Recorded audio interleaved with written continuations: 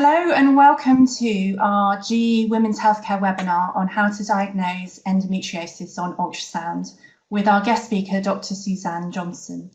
Suzanne is an associate specialist in gynecology at Princess Anne Hospital in Southampton. Her specialism is gynecological ultrasound, especially in the diagnosis of endometriosis, adnexal masses and C-section scar pregnancy. She is a fellow of the Royal College of Obstetricians and Gynecologists, certified in ultrasound imaging in the management of gynecological conditions. She plays an active role in teaching and has her own educational website on gynecologyultrasound.com. There will be a Q&A pod for questions which can be submitted during the session. The moderators of the session will review these questions. Key questions we will discuss together with Suzanne following her presentation.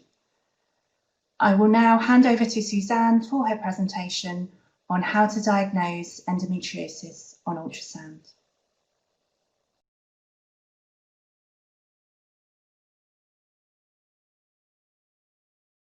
We will talk about what is endometriosis, do a little video example of a pelvic ultrasound, talk about the idea classification, go back to that video example at the end, and then conclude. Endometriosis is a very common gynecological condition, and it's defined by the presence of stroma and glands outside of the endometrial cavity. These are hormonally responsive, resulting in cyclical pain, bleeding, inflammation and fibrosis, and this causes adhesions. It's a very common cause of pelvic pain, painful periods, painful intercourse, painful opening bowels and subfertility, or it can be entirely asymptomatic. We're still not sure what causes endometriosis.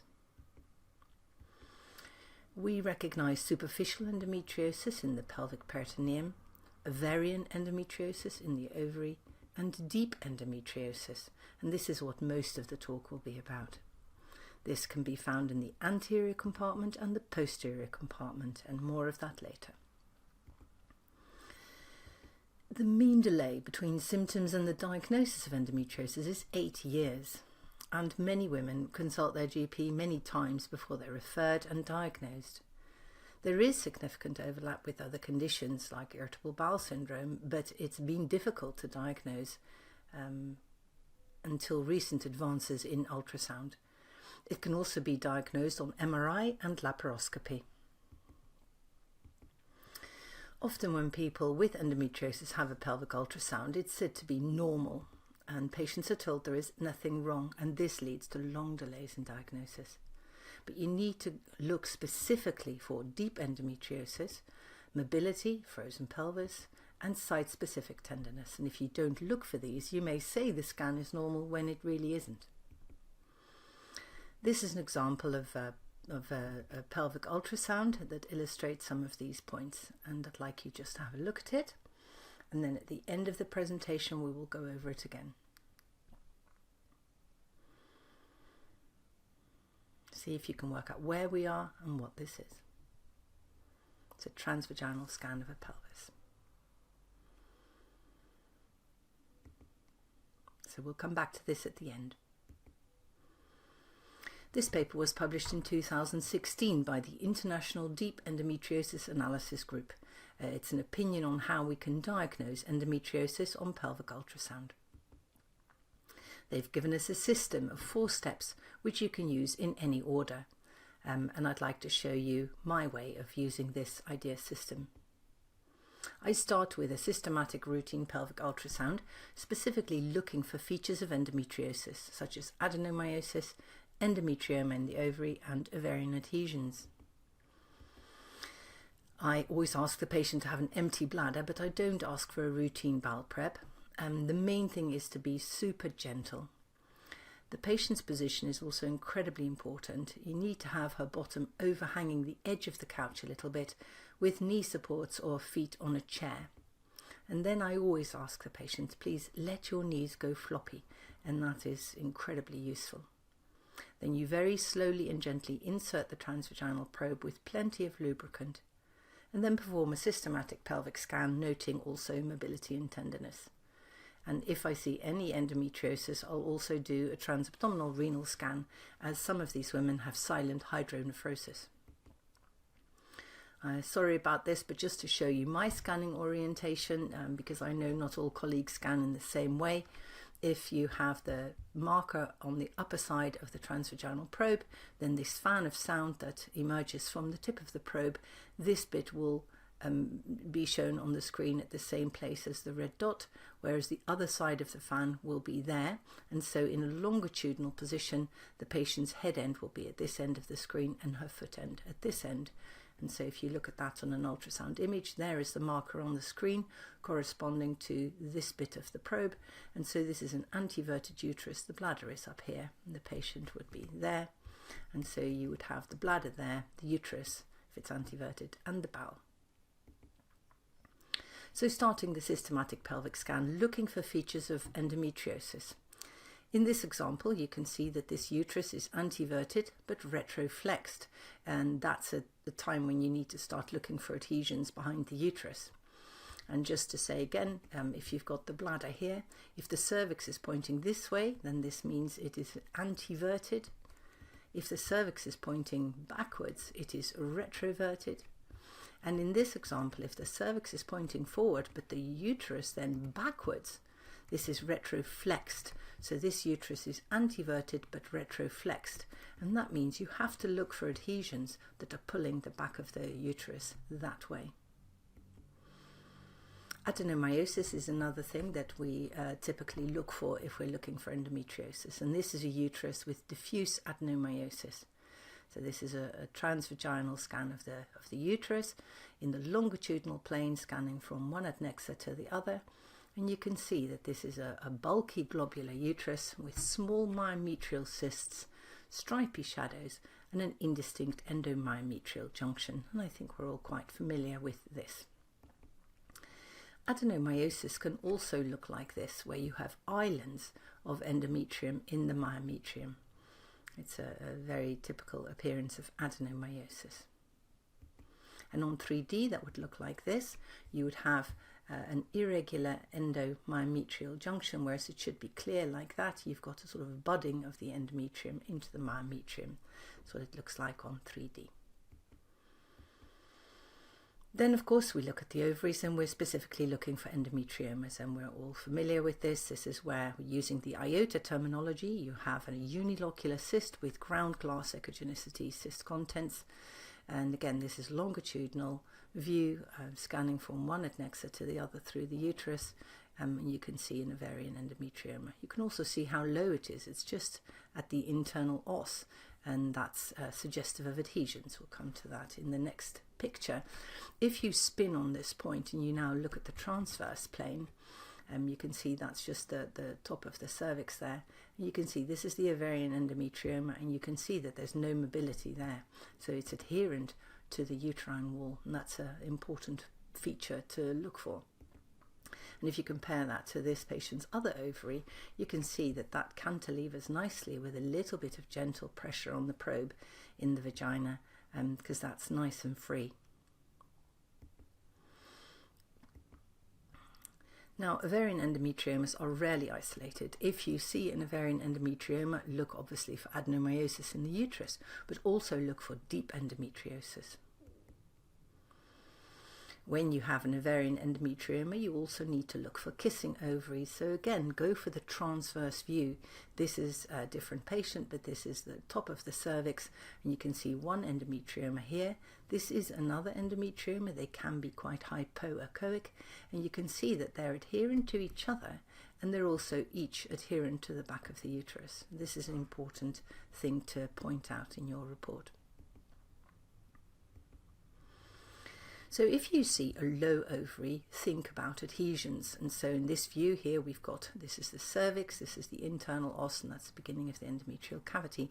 And you can see this ovary seems to be very low and this is very bright, and we'll come to that in a moment. But this ovary is very low, so you've got to think, well, could it be adherent to the back of the cervix? So again, spin on this point, go transverse, and you can now see that the ovary is there, it's just at the top of the cervix, and this is a thickened uterosacral ligament that it is in fact adherent to. So a useful view. But not all ovaries are adherent. Not all low ovaries are adherent, and so here's an example. This is the top of the cervix, this is the torus and the uterosacral ligaments. This ovary is low, but it's freely mobile, and it's low because it's heavy, it's polycystic. Whereas this ovary, yes, it's heavy, it's an endometrioma, but it's also adherent. So low doesn't necessarily mean adherent, but you've got to go looking for adhesions.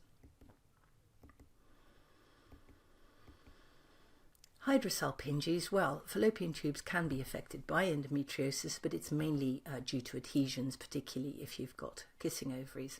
And so this is an example of hydrosalpinx. This is a longitudinal view, transvaginal ultrasound, and what you can see is you can see the top of the uterus and endometrial cavity, and then here you can see the ovary, and this is the hydrosalpinx. So I'll just show that again. We've got the ovary coming in here. This is the hydrosalpinx. And so the hydrosalpinx on 3D, if you're ever not sure, put 3D on and have a look. See typical retort shape of fluid in the fallopian tube. And it's a unilocular tubular mass with thick irregular walls, incomplete septa, and some either anechoic or echogenic fluid content. So that was the systematic routine pelvic ultrasound, but specifically always looking for features of endometriosis. Next, you've got to do the sliding sign in the pouch of Douglas. These papers were published in 2013 and told us about the sliding sign. This is a normal sliding sign in an anteverted uterus. So we've got the probe in the anterior fornix, so you can see the cervix, and you very gently press your probe in and out a little bit. You don't need to block with the other hand, you just very gently press the probe in and out. This should not be uncomfortable. And then you can see that the uterus is moving one way and the bowel behind it is moving in another. So there's movement, yes, but it's not moving as a block, it's moving in opposite directions. You can see freely mobile there.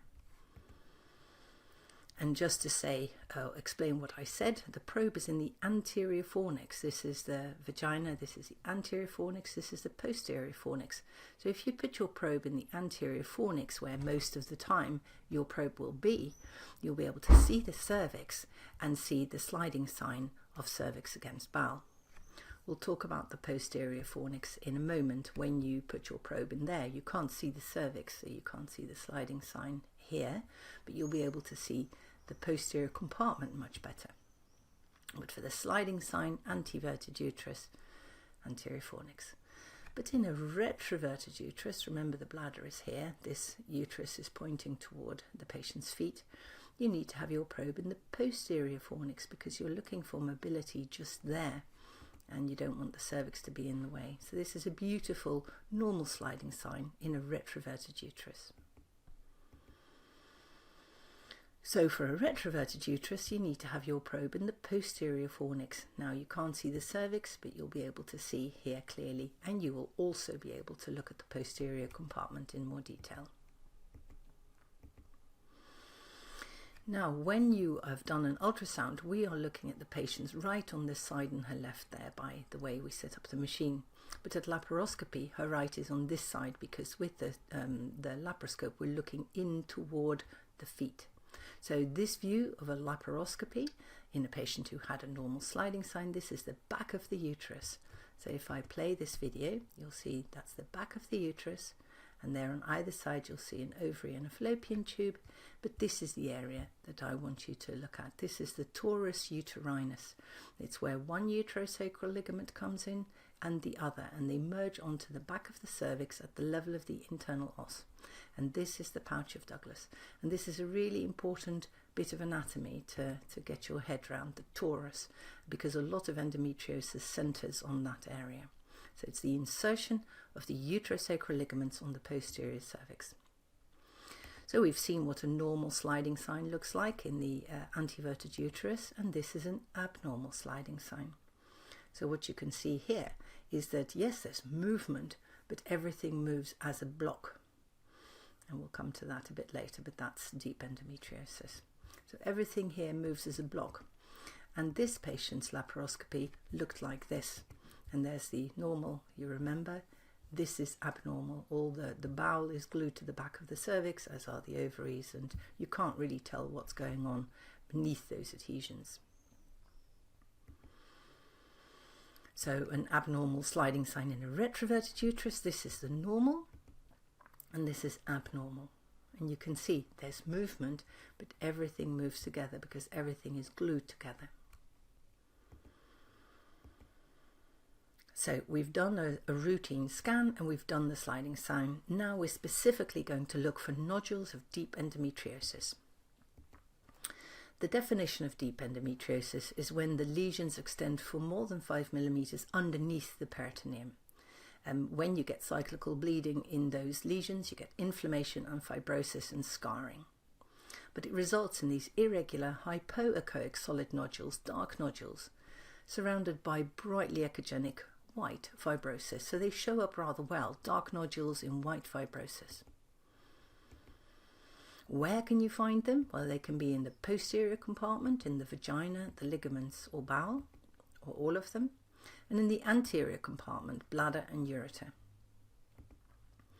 I'm going to start with the posterior compartment because I start with an empty bladder. This is the bit I look at first.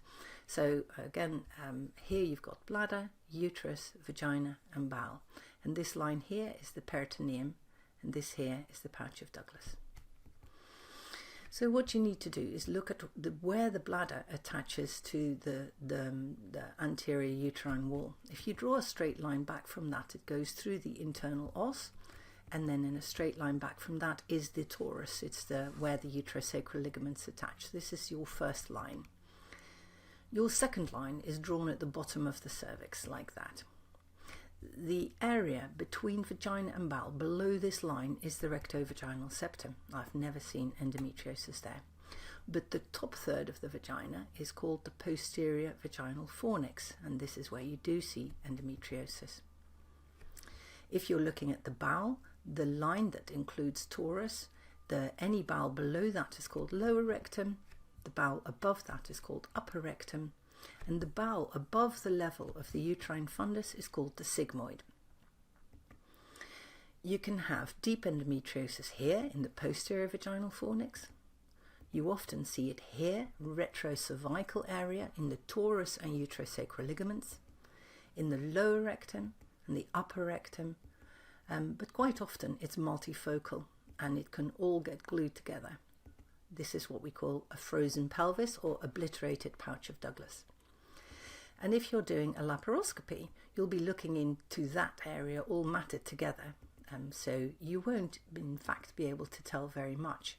This is what a frozen pelvis looks like at laparoscopy. You can see the back of the uterus, you can see the ovaries, bowel, everything is glued together, but you can't really tell what's going on underneath that. But ultrasound can tell you what's underneath those adhesions once you know what it looks like. So if we take it in turn, I always like to break things up into small components. So within the posterior compartment, I look at the vagina first because that's you're putting your probe in. It's the first area you get to. So the lower 2/3 of the vagina, the rectovaginal septum, there's no deep endometriosis there. But the top third, the posterior fornix, that's where you find deep endometriosis. So what does this look like? Well, this is a normal posterior vaginal fornix. So you can see here that this is the external os, this is the internal os, this is the cervix. And here you'll see the posterior vaginal wall come in, and this is where it blends into the back of the cervix. So this is the posterior fornix, and I'll play this video to make it more clear. And this patient has a little bit of discharge in there which outlines the fornix nicely, and that's more or less the level of the internal os, and that's where the torus is.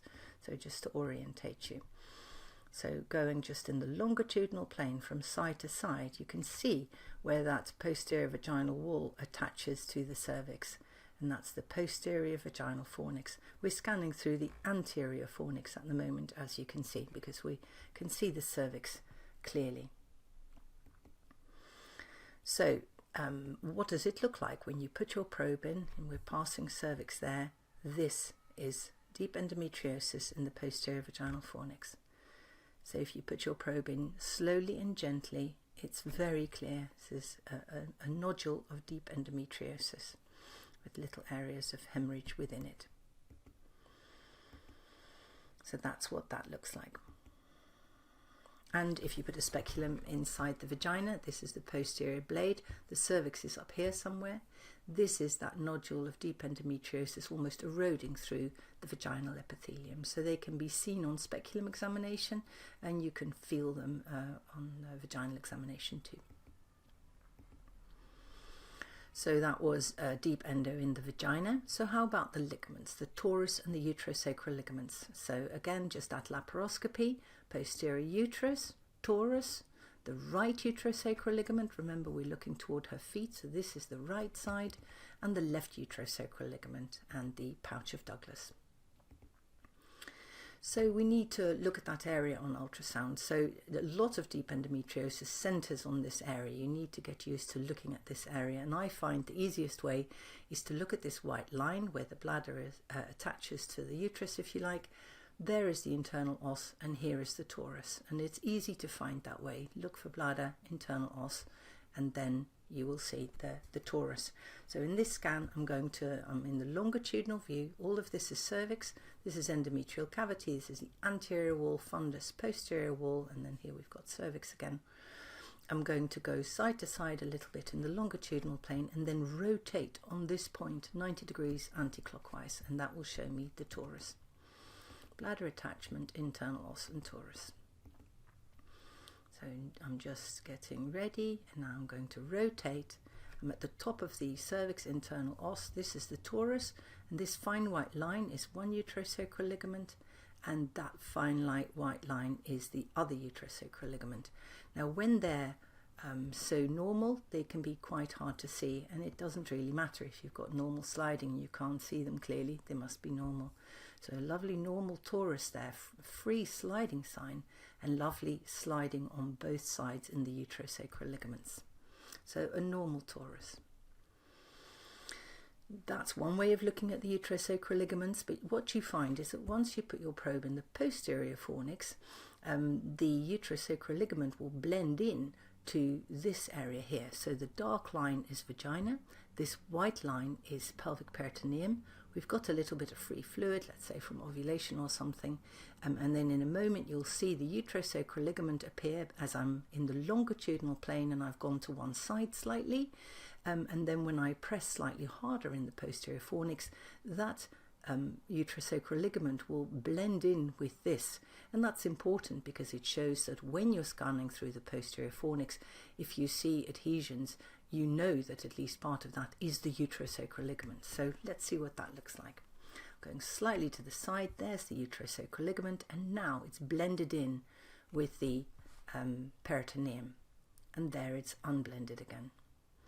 So slightly off to one side, uterosacral ligament, and it's pressed against the pelvic peritoneum there, and of course it will become glued down once you've got adhesions, and then because it's nice and white, it will also become thicker and whiter and fibrotic. It shows up nodules of deep endometriosis rather nicely. So vagina, peritoneum, and then the uterosacral ligament. In this case, it's normal. So that's normal, as we said. We've got the torus here, and then in the transverse view here, the torus is normal, and you press slightly, you get a nice sliding sign with normal uterosacral ligaments. This is not normal. You can see how all of this area is very bright white. That's the first thing that hits you. And this is all dense fibrosis where the tissues have all become glued together. And within that, you can see this dark lump, and there's another little bit there. This is deep endometriosis within the uterosacral ligaments. And then if you rotate 90 degrees on that, this is the torus again, and you can see very clearly that these uterosacral ligaments are very thick and fibrotic, and you can see some bits of deep endometriosis within them. This is another example of, I'm in the posterior fornix, the cervix is over there somewhere, so this is the vagina, the dark, and then the white is peritoneum and uterosacral ligaments, and this is a nodule of deep endometriosis with its spiculated edge. It almost looks invasive to me. And the way that you can see this is you need to narrow your field of view so that you sending all your ultrasound waves to this little area. Then you need to go high frequency, as high as you can, including the highest within the harmonics range. And then lastly, you need to move your focus up so that your focus is looking at this area. And that's when you will start to see nodules of deep endometriosis. So this is deep endo within very thick fibrotic uterosacral ligaments. This is another example. You can see that we're just above the internal os there, and here again is white fibrosis with a nodule of deep endo. And at laparoscopy, this is what that looks like. There is the nodule, there are all the adhesions, so it's very clear. So we've done vagina, we've done the ligaments. How about the bowel? Bowel nodules is where you have deep endometriosis in the muscularis layer of the bowel, and it shows up as a dark mass, hypoechoic mass, often in the rectum, sometimes in the sigmoid, but sometimes also elsewhere. And it's often multifocal. If you find one nodule, look somewhere else as well. And this is a nice image of a normal bowel. So I've got my probe in the posterior fornix, the cervix is over there somewhere. I've got vagina, peritoneum, then a bit of free fluid, and then I've got a bit of lower rectum here. So the first layer here, this bright white, that's serosa. Then we've got a layer of dark white, dark. This is the muscularis layer. This is normal muscularis, and the outer dark is the longitudinal layer. Then the white is a little bit of fibrous tissue, and then the inner circular muscle layer is there. So together, this is the muscularis. You can always find it because of this thin white line. Then this here is the submucosa and mucosa together. And then on the other side, you've got submucosa and mucosa just there. Here you've got normal muscularis again. This is the far side. This is always normal in endometriosis. And here you've got serosa. So we've got the lumen there, and we've got one bowel wall here and the other side bowel wall there. And this is the muscularis. This is the important one. And a good way to learn how to see this is as you're putting your probe into the vagina, if you're looking at the back, you will start to pick up this line, and then you can just track it. And this is what a nodule of deep endometriosis looks like in the muscularis. So you can see normal muscularis there, then you can see it thickening like this, and normal muscularis going out again. So just in a little bit more detail, this is this nodule of deep endometriosis. So we've got some normal muscularis coming in at either end. You can't always show that in the same image, but if you move your probe up and below, you'll see it. And then thick muscularis there.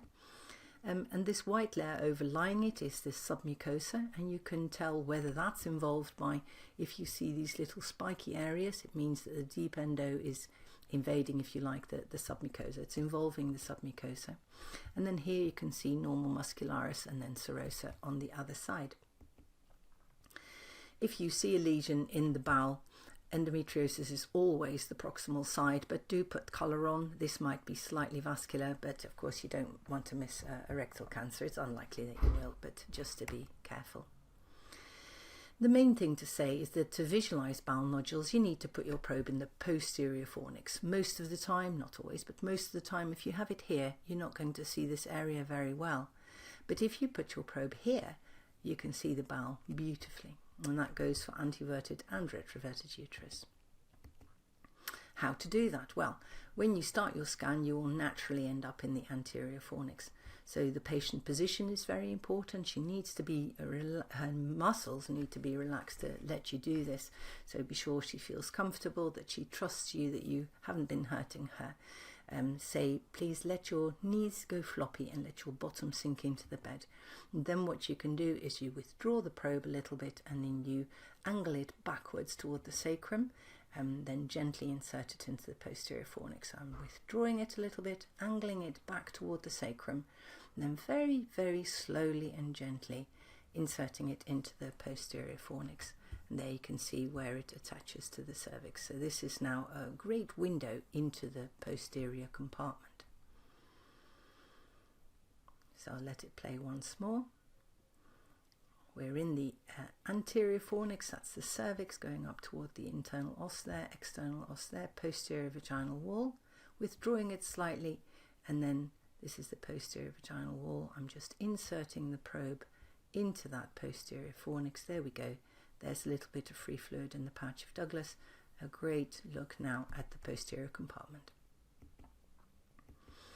So bowel endometriosis can be deep or superficial. It can involve the vagina. You can say how low it is, that's really valuable, and whether or not it's stenosing. If you have superficial bowel involvement, that's when you have some endometriosis on the bowel, mainly serosa, but the muscularis layer itself looks normal. Look, outer longitudinal, fibrous and inner circular, it's normal. Whereas here, you've got deep endometriosis because the entire muscularis layer is affected. Does it involve the vagina is really important. So when you find a nodule, think bowel, ligaments, vagina to see where is it and does it involve anything else. And the reason if you found a bowel nodule that you need to look for vaginal involvement is that if these women have surgery, they're at a much greater risk of a fistula afterwards if both bowel and vagina are involved with deep endometriosis. So in this still, you can see that this vagina looks normal, and of course you need to go from one side right through to the other side in the longitudinal plane to have a good look at that. So although we've got this bowel nodule here and we've got ligament involvement here, the vagina looks normal. And you can just show that by putting the probe into the posterior fornix, and you'll see there's the bowel nodule. But if you look at the vagina itself, it's normal. You need to look at all of it, of course, not just in the very center. But here's an example where the vagina is involved. So going into the posterior fornix, and there is that lump of deep endometriosis in the vagina, and there it is in the ligaments, and there it is in the bowel. So split it up, vagina, ligaments, bowel, and then you'll see what there is. So just as a still of that was involved vagina, you can see that all of this dark, that's the DE in the vagina. Then this dark is the DE in the ligaments with thick fibrotic ligaments, and then this DE is in the bowel. So all three are involved with deep endometriosis. Very important to look for that. And this is what it looks like. Thick vaginal involvement, ligaments, and then there's the bowel nodule as well. So how low is this? How best to describe the level of this nodule that you've seen? So some colleagues measure the distance from the nodule to the anal verge. I find this really difficult. The torus is around 8 centimeters from the anal verge. So what I do is I measure the distance from the torus, and it's much simpler and it relates to a fixed anatomical point. So if the nodule is above the torus, this is upper rectum from the IDEA classification, and it'll be intraperitoneal. Whereas if the nodule is below the torus, that makes it lower rectum and retroperitoneal. And this kind of information helps to advise the gynecology surgeon whether or not they also need a bowel surgeon. So this is an example of a bowel nodule in the lower rectum. So we're going in the posterior fornix, and there you go, there's the bowel nodule. Now we're nowhere near the torus. The torus is up there somewhere, the cervix is far away. So this has got to be lower rectum. In this example, the nodule extends both in lower and upper rectum. So if you look at this still here, this is an anteverted uterus, the bladder is there. I'm in the anterior fornix. This is the level of the torus, so the bladder attachment, the internal cervical os, the torus is there, where the uterosacral ligaments insert.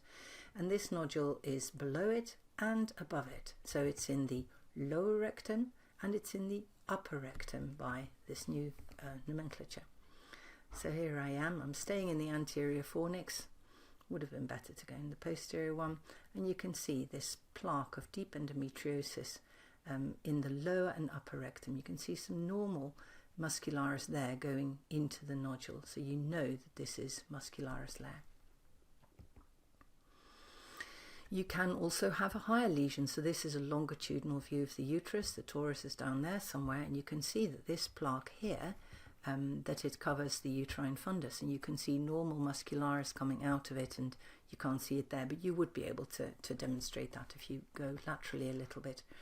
This is a live view of that. So that's a uterine fundus with this enormous lump of deep endo and then a big ovarian endometrioma, and it's all glued together.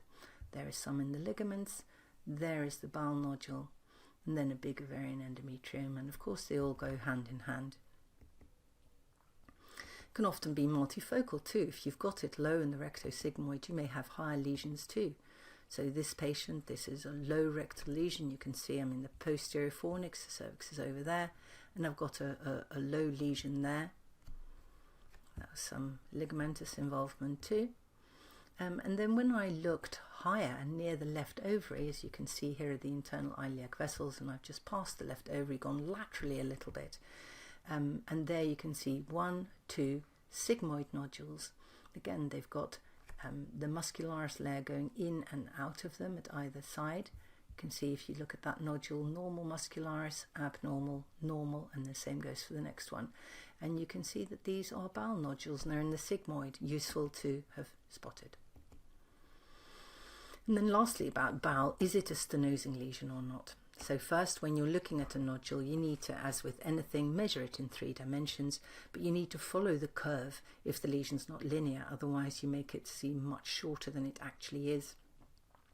You measure the percentage of the affected circumference. What I do is I compare the width of the lesion to the width of the bowel, and then measure the angle of the deviated bowel. You can comment on submucosal involvement. I'm not sure how useful that is.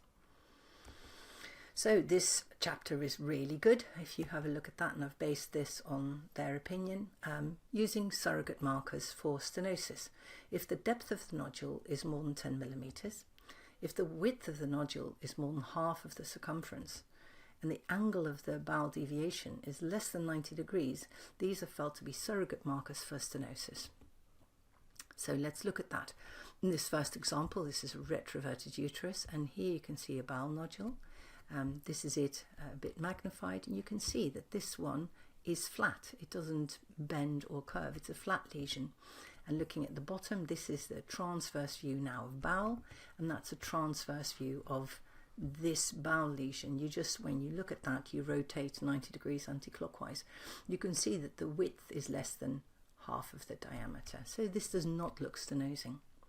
But if you have a curved nodule, you need to suspect stenosis. So this nodule you need to measure that way, because if you look at the white submucosa, for instance, it does that. So if you measure it this way, you make it far too short. This is the length of the nodule, and this is the angle. It's 90 degrees.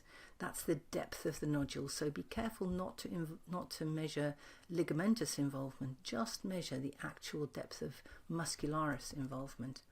And here we've got the width of the bowel and the width of the lesion. So it's about half the circumference.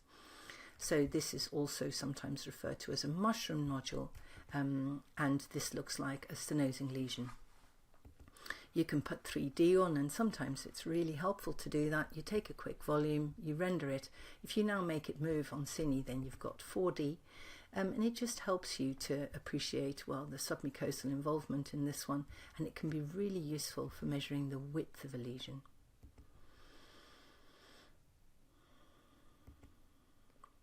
If patients with a bowel lesion have a colonoscopy, it's usually normal. So this is all we can tell about a bowel nodule. So you can see that with a frozen pelvis, there's just a normal one to compare against, back of the uterus there. You can see this is all you can see at laparoscopy, but on ultrasound you can see a lot more. You can see this is the same patient, the sliding sign, this is all glued together. Here you can see the transverse view, and remember everything is the other way around. That is that, and that is that. You can see everything is glued together, and what you also saw on ultrasound and not on laparoscopy is that there is bowel involvement. There's deep endometriosis in the bowel. So coming to the end now, last but not least, on your way out you need to look at the anterior compartments. Very important. If you've started with an empty bladder, which I do, then by now there will be some urine in the bladder, and it's a good time to look at the bladder and the ureters. So urinary tract endometriosis isn't that common. Here's a really good chapter on that, but it is important. It's mostly bladder endometriosis. Often women will have ureteric involvement, but this is usually fibrosis, and a fibrotic ureter can then cause hydronephrosis, which is usually silent. You need to look for it. The IDEA group named the terminology for us again, so that's great. The urethra and bladder, cervix, and this is where the ureter will come in. This is the peritoneum. Ureter, and then the distance between where the ureter enters and the bladder neck, that's the trigone. The area of bladder that is below the peritoneum, and it is basically adjacent to vagina and cervix, up to the internal os, that's called the base, and this is where you see most deep endometriosis. And then the intra-abdominal portion is called the dome. So most deep endometriosis will be here. Again, cystoscopy is often normal. So as I say, I do it at the end. I do a sliding sign, looking gently whether the bladder moves nicely on the uterus. I look for uterine adenomyosis and then measure the nodule in 3 dimensions as ever with colour, and measure the distance between the nodule and the ureter. That's important. And then say, where is it? Trigone, base or dome? To show you what's normal, that's a urethra and a bladder. This is going to be where the left lower ureter comes in, and this is the uterus. So we're going to go in the longitudinal plane from one side to the other, always staying in the longitudinal plane, and we're going to see one ureter come in, then we're going to pass over the urethra and we'll see the other one come in on the other side. So this is the ureter, that's where we're watching.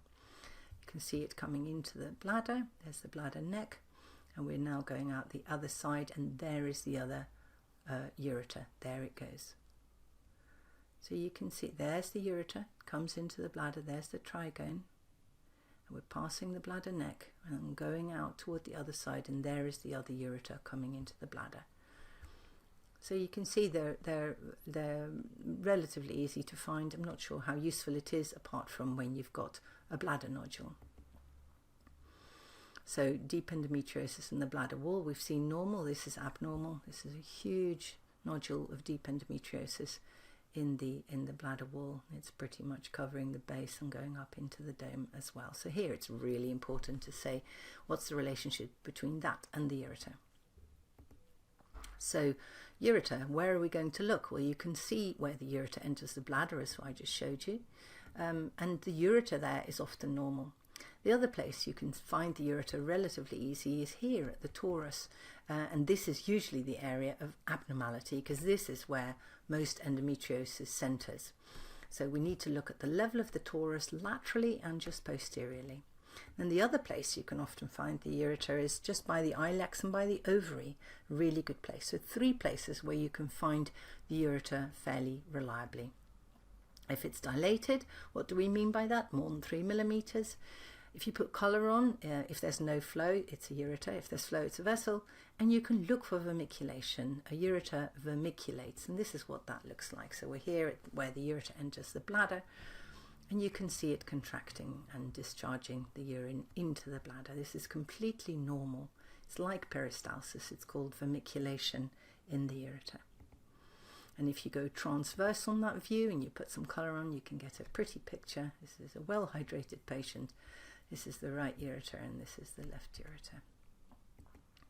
So now you know what normal looks like. This is the ureter. I'm following it up. Quite tricky. You keep losing it, following it. Looks normal, normal, normal, normal, until we get to the ovary. And now you need to, going back now, following that ureter back up there. But that lower ureter is normal between the bladder and the ovary. When you've then got to the ovary, you need to increase your field of view so you can look above the ovary. And what you then notice is that ureter is very, very tight there, and then it's dilated above that area, but it's patent, you can see, but it's all glued together. The ureter is glued to the ovary. And if you look here, this is that thin ureter, and this is it thicker here, and you can see here a nodule of deep endometriosis in these fibrotic ligaments with these little spicules, like it looks a bit almost invasive, and this is the process of deep endometriosis in the ligaments that is gluing this ureter to the ovary. And you can tell that it's a ureter and not a vessel because I've put colour on. There's a vessel and there is the ureter.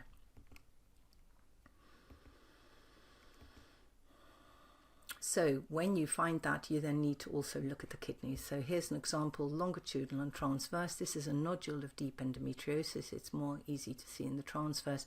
It's adherent to this ovarian endometrioma. But look here, this is the thin ureter going toward the bladder that way. And at this point is a pinch point, and look how thick it is here, dilated ureter, and you can appreciate it better in 3D. It just gives you some slightly better resolution. So when you see that, even if you can't see it, look at the kidney. Look at this kidney. It's grossly hydronephrotic, and she never noticed a thing. So always check the kidneys. So we've done the routine scan, we've done the sliding sign, we've looked for nodules of deep endometriosis in the anterior and the posterior compartment, and last thing is soft markers, site-specific tenderness and pelvic mobility.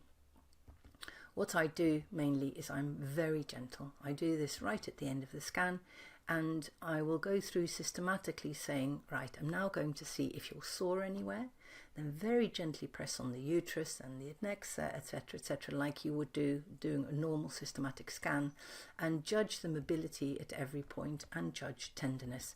And if you have got a tender area that you hadn't appreciated, look very carefully, did you miss some deep endometriosis there? For the ovary, sometimes you need to blot the ovary. You need to put a hand on the abdomen very gently, just to press the bowel out of the way a little bit, and the right hand's holding the probe. And you can see how this ovary was very mobile. They're not usually that mobile, but it just looks pretty. So this is the image that we had at the very beginning. So if I play this video again, then you will now know exactly what we are doing. I'll just be quiet a minute whilst you're having a look at that. And what we can see is a normal vagina. The dark area is normal. We can see very thick uterosacral ligaments. We can see a nodule of deep endometriosis in the uterosacral ligaments, and we can see a bowel nodule. There is the bowel nodule with normal muscularis going in and out of it. Normal muscularis there, thick muscularis. And we are nowhere near the cervix is over there, so this is below the torus, so it's lower rectum, and it's close to an ovarian endometrioma. You can only see a little bit of the ovary there because I'm looking specifically just at this area. And because I break everything up during the scan, at the end I will put it all together in a little diagram, and patients find this very useful. And in this case, that was the nodule in the uterosacral ligaments. This was the nodule in the bowel, and it was very close to this ovary.